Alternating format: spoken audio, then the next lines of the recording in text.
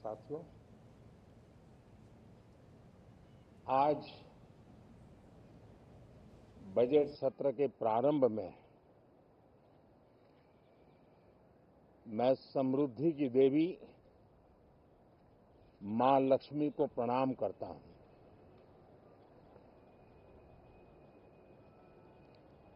और ऐसे अवसर पर सदियों से हमारे यहां मां लक्ष्मी का पुण्य स्मरण किया जाता है।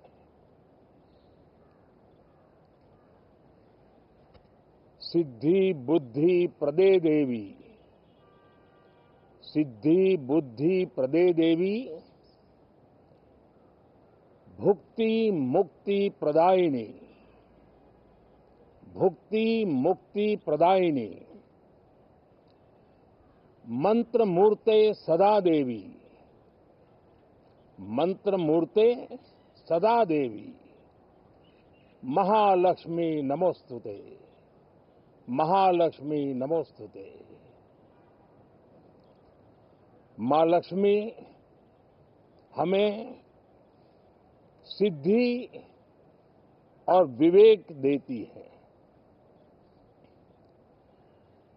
समृद्धि और कल्याण भी देती है। मैं मां लक्ष्मी से प्रार्थना करता हूं कि देश के हर गरीब एवं मध्यम वर्ग समुदाय पर मां लक्ष्मी की विशेष कृपा रहे। साथियों, हमारे गणतंत्र के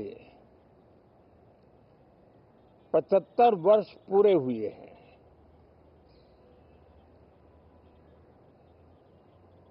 और ये हर देशवासी के लिए सर्वाधिक गौरवपूर्ण है और विश्व के लोकतांत्रिक जगत के लिए भी भारत का ये सामर्थ्य अपनी एक विशेष स्थान बनाता है। साथियों, ये देश की जनता ने मुझे तीसरी बार ये दायित्व दिया है और इस तीसरे कार्यकाल का ये पहला पूर्ण बजट है।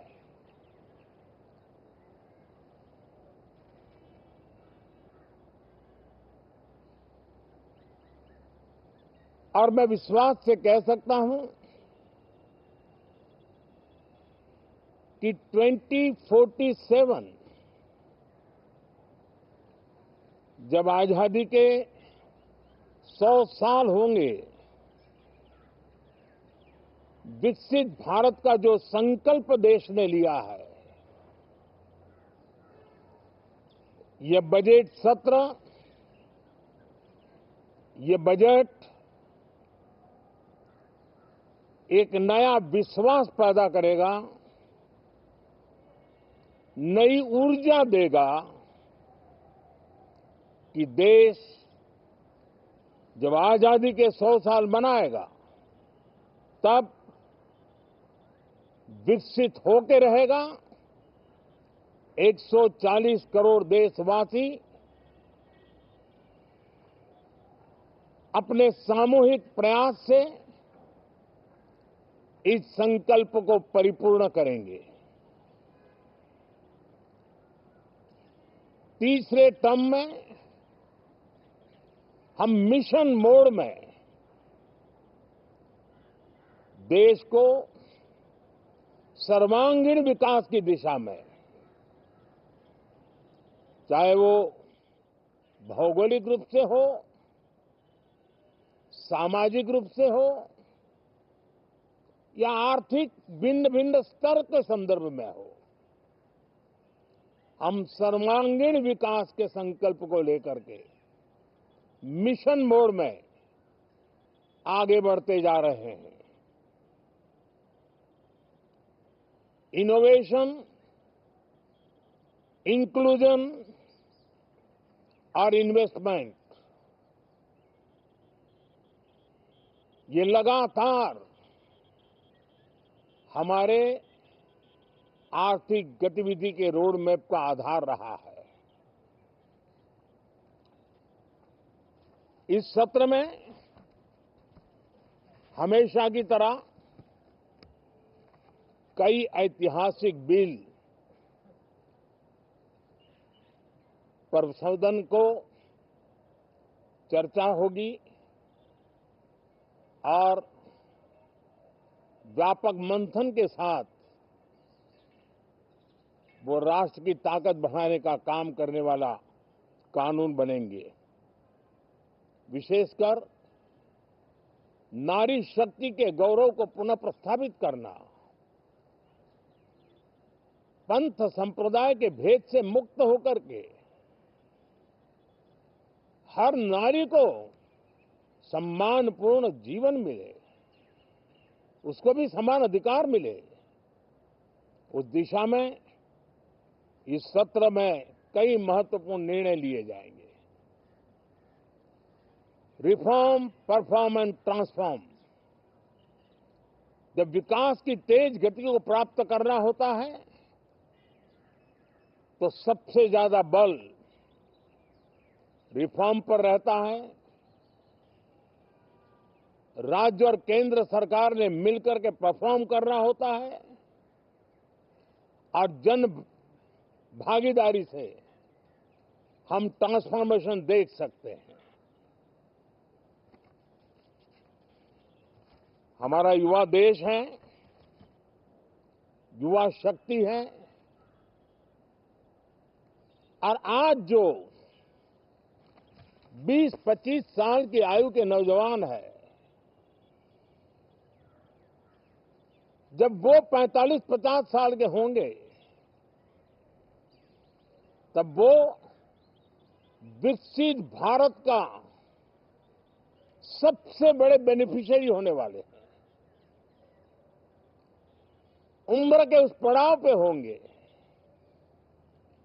नीति निर्धारण की व्यवस्थाओं में उस जगह पे बैठे होंगे कि वे गर्व के साथ आजादी के बाद जो शताब्दी शुरू होगी, एक विकसित भारत के साथ आगे बढ़ेंगे। और इसलिए ये विकसित भारत के संकल्प की पूर्ति का प्रयास, ये अथाग मेहनत आज जो हमारे टीनेजर्स हैं, हमारी युवा पीढ़ी है, उनके लिए ये एक बहुत बड़ा तोहफा बनने वाली है। जो लोग 1930 में, 42 में आजादी के जंग में जुट गए थे, पूरी देश की युवा पीढ़ी खप गई थी आजादी के जंग में, और उसके फल 25 साल के बाद जो पीढ़ी आई उसको नसीब हुए। उस जंग में जो नौजवान थे उनको नसीब हुए। आजादी के पूर्व के वो 25 साल आजादी के जश्न मनाने का अवसर बना। वैसे ही ये 25 वर्ष समृद्ध भारत, विकसित भारत, ये संकल्प से सिद्धि और सिद्धि से शिखर तक पहुंचने का देशवासियों का इरादा। और इसलिए बजट सत्र में सभी सांसद विकसित भारत को मजबूती देने के लिए अपना योगदान देंगे। विशेष करके जो युवा सांसद है उनके लिए तो सुनहरा अवसर है क्योंकि वो आज सदन में जितनी जागरूकता, जितनी भागीदारी बढ़ाएंगे और विकसित भारत के जो फल है वो तो उनकी नजर के सामने देखने को मिलने वाले हैं। और इसलिए युवा सांसदों के लिए एक अनमोल अवसर है। साथियों, मैं आशा करता हूं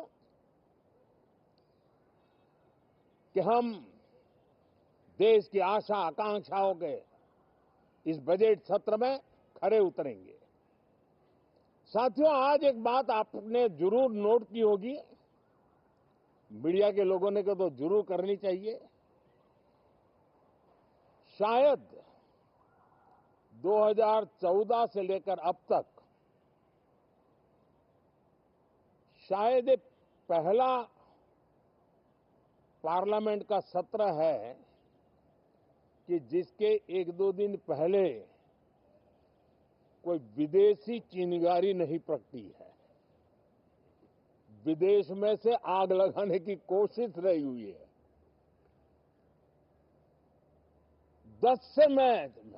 10 साल से यानी 14 से देख रहा हूं, हर सत्र के पहले शरारत करने के लिए लोग तैयार बैठते थे और यहां उसको हवा देने वालों की कोई कमी नहीं है। ये पहला सत्र मैं पिछले 10 साल के बाद देख रहा हूं कि जिसमें किसी भी विदेशी कोने से कोई चिंगारी नहीं हुई। साथियों, बहुत बहुत धन्यवाद।